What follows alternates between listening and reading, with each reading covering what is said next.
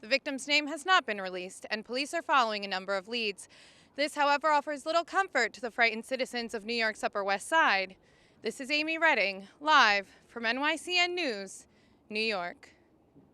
Call the National Guard. We gotta get out of here. Oh my God, you don't know, you don't understand. This is just the first. It's gonna happen to you and to all of us. And to me, we gotta get out of here. You don't understand. This is not some sort of freak accident. This is not what you see on the news. So you think this is all interrelated in some type of Lady, cycling circle? Run!